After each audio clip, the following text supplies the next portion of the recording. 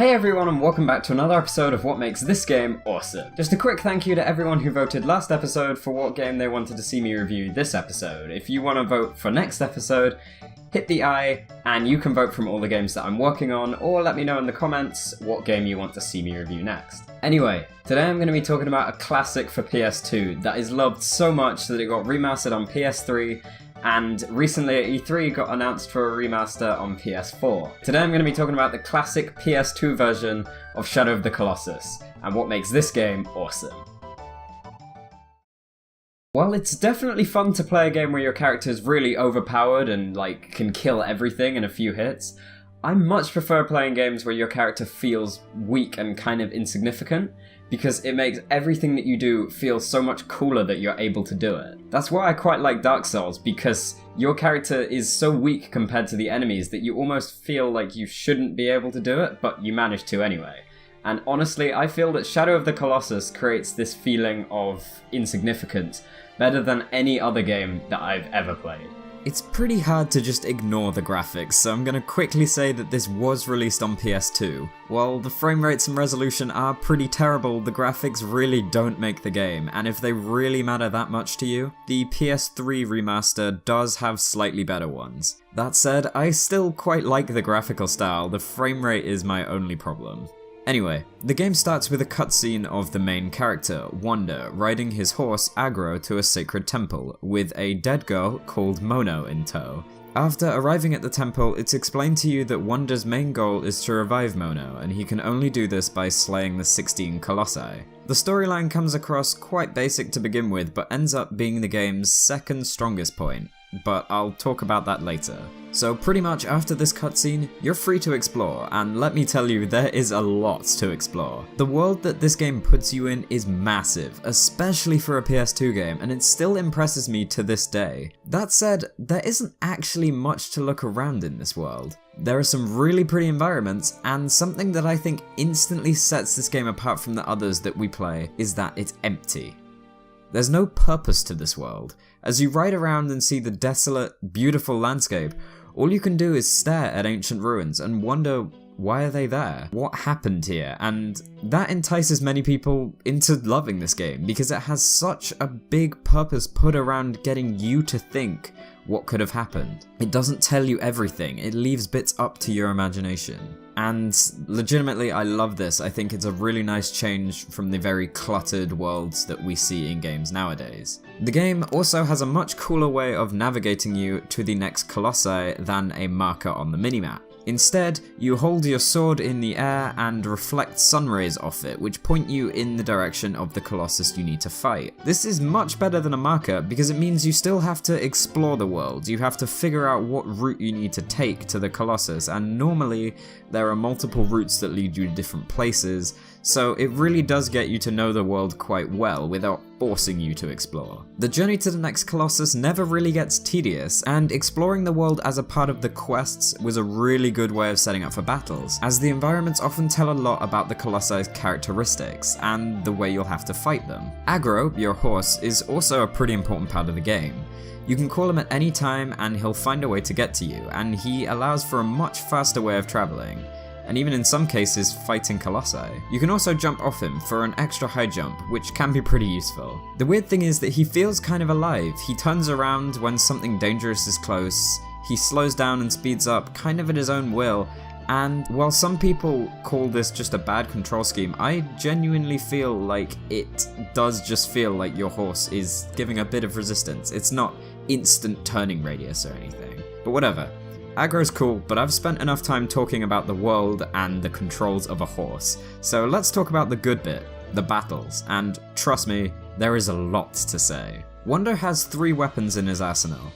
The bow can be used to get the attention of the Colossi, but can also be used to hit their weak spots when your sword won't get the job done. It ends up being used a lot more in later battles. You can also use it on Aggro's back, which is pretty useful. You can use your hands, but as far as I'm aware this does absolutely nothing in the whole game. But the main weapon of choice is your sword, which can reveal the weaknesses of the Colossi by reflecting the sun rays, and is the only weapon that you can use to pierce their sigils. Now the battles in this game are, for the most part, against massive towering beasts that make you feel tiny and like there's no way someone as tiny as you could stand a chance. There are 16 Colossi in total in this game, and while these are the only enemies in the game, they'll provide plenty of challenge. Each one has a different way of beating it, but for the most part it involves using your surroundings and the character design of the Colossus to find a way to its sigil so you can stab it. Using the third Colossus as an example, you have to bait it into hitting the ground near you so you can climb up its massive club. From there, you can slowly climb up the Colossus with some kind of parkour that feels much more realistic than the kind of stiff, effortless parkour done in something like Assassin's Creed. You can see Wonder jumping and making huge efforts to do everything that he does, which would make sense because he's not really trained in parkour. You can even see him being thrown around when the Colossus shakes his head or body, and having to manage a stamina gauge while doing this, combined with one of the most intense and amazing soundtracks, can make these fights carry so much pressure with them.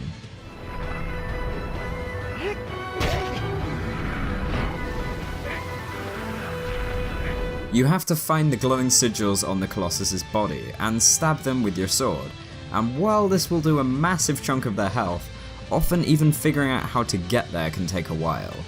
The Colossi feel alive, not just like big statues, and will try to shake you off, interrupting your stabs by shaking around. And it really does feel like an epic battle against a behemoth, which, as of yet, I've never seen another game do as well as this one. It adds to the pressure even more by not adding failsafes. If you fall, you fall. It's so much tenser when you realize that all your hard work can be undone at a moment's notice, and makes taking risks with where you are and when you move and jump actually feel scary. All of the Colossi are completely different from one another, requiring different uses of the environment, and having varied appearances, personalities, and abilities. For example, the 11th Colossus flies above the desert, and you have to shoot its egg sacs with your bow and then use aggro to launch you onto its wings to get onto its back. However, this Colossus makes you jump onto its back from a bridge and stab its hand to make it drop its sword and reveal the sigil. Hell, this Colossus is tiny and you have to scare it off a cliff with fire to reveal its weak point. And just from these three, you can see quite how varied this game is. Legitimately, each Colossus is memorable and has a unique environment and personality, and each provide a very different challenge from the next. The thing that makes this game so satisfying is that you, the player, learn to overcome these different challenges without ever gaining new abilities. You get better at the game, and every challenge overcome was done by you, which really is so satisfying. Upon defeating each Colossus, they drop to the floor and some black tentacles shoot from their sigil and stab Wonder, which leaves a very bittersweet taste. It feels wrong and makes you question what's happening, adding a kind of dark undertone to your victory. Anyway, with the amount of Colossus variation in the game, I could easily tell you about each one, but so that there's something left for you to do if you decide to play the game yourself, instead, I'm going to leave the rest as a mystery and head into the spoiler section. Now, the ending to the game is fucking amazing, so if you don't want it spoiled and you're planning on playing this game for yourself, then click on the time shown somewhere around the screen, but just know that it is a fucking amazing ending, and apart from the gameplay, it is my favourite part of the game. Anyway, you've had your chance, it's spoiler time. We made it all the way, now we just have to cross this bridge and we're at the final boss. Shit. Okay, that's better. Oh no, wait, no, that's not, no, fuck, aggro, no, Before the final stretch to the 16th, aggro falls off a bridge and you're left to finish the journey yourself. Okay, that sounded a little more abrupt than I wanted it to. There's kind of a solemn silence in the game, and I almost felt like it was my fault for some reason. Either way, the 16th Colossus is a very well done final boss, providing the biggest challenge so far, literally. This thing is fucking huge and is the hardest to climb yet. Even getting near him is hard. You have to hide in underground tunnels to avoid his bullet rain that completely destroys Wonder's health. After this, you begin climbing up his lower body and eventually reach his back, where you have to jump to his hand, stab his arm, jump to his other hand, shoot his shoulder, and then, finally, you can attack his sigil. This literally took me hours. It's so hard to manage stamina enough to do this fight, and he puts up the most resistance, trying to shake you off at all times, and requiring so many stabs to kill. I fell off him more times than I can count, and it drops you all the way back down to the bottom when you do. That said, I really think that this level of difficulty is needed in a final boss fight, considering how difficult the rest of the game is, and I really think this is a great way of finishing off the gameplay in this game. After beating it, you'd expect the story to play out as a simple ending. Mono is revived, and you live happily ever after, but no! Instead, it is revealed that this elder was chasing Wonder, trying to stop him from trespassing upon the sacred land, which you've been playing on the whole game, and using the sacred spell, the one that he's trying to use to revive Mono. Thing is, Wonder was only being used as a pawn the whole game to revive the demon that was separated by the Elder into 16 shards, which are the Colossi. The tentacles that kill you every time you defeat a Colossus are the demons cursing you, and after you defeat all 16, Wonder's body is taken over by this spirit. You're then thrust back to play as this demon, as the Elder tries to seal you away. And this part, sad to say, is impossible to beat. The futility and the fact that after all this, Wonder was just a pawn, and then being thrown into the enemy that you've been fighting against the whole game, really makes you question what to do and whose side you're even on anymore. The Elder enchants the water, and you're pulled towards it to cleanse you of your curse, and the game gives you control again here, and it's kind of a futile struggle. You can delay Wonder's death, but you can't stop it, and it is such a sad but amazing way of doing it. You literally feel the futility. After your curse is lifted, the Elder rides away, breaking the bridge and forever sealing the temple. Mono wakes up and is guided to the pool by a limping but at least alive aggro to find a baby Wonder. This ending really makes you think. It makes you realize that Mono will never know about Wonder, never know what he did for her. But for some reason, it's still extremely satisfying. Seriously, I feel like it shouldn't be. I almost feel like they've given the exact opposite of what they should have. But I genuinely love this ending. I don't think they could have done it better, and the fact that they did something different, I can really appreciate that. Just 2 weeks ago, before I'd actually properly played through the game, I would have called Shadow of the Colossus a good game that you should probably check out. Now, after playing it, I'm completely entranced in the world. I absolutely love it, and I want to see other things that Team Ico has made because I enjoyed this game so much. The care and detail put into everything, the attention to the gameplay as the main focus, but also an interesting underlying storyline that you don't even know is happening half the time, but really hits you hard and, you know, it kind of gets to you. I'm just amazed that they were able to do all these things in one game. I'm used to sacrificing story for the intense gameplay in something like Monster Hunter, and I'm used to sacrificing a lot more of the gameplay for story in something like Steins Gate. So to find something that combines all of this in such an amazing way really just has gotten to me. Honestly, the graphics are the only letdown to this game, and I think the PS3 version fixes this well enough.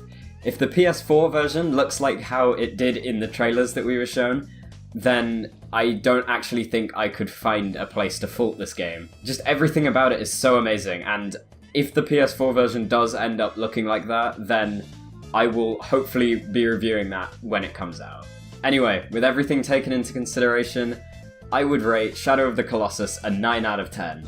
Genuinely, I think this game is a masterpiece that was way ahead of its time, and ever since it came out, no game has ever done Shadow of the Colossus better than Shadow of the Colossus. I really hope that other games start to take inspiration from stuff like this to create an atmosphere and focus on multiple things, not just gameplay, story, or character development, or whatever. I genuinely hope that more games do something like this. I'm definitely going to be checking out more of Team Ico's stuff in the future, and I'm definitely going to be checking out the PS4 remaster as soon as we have new stuff on that. Anyway guys, thank you so much for watching.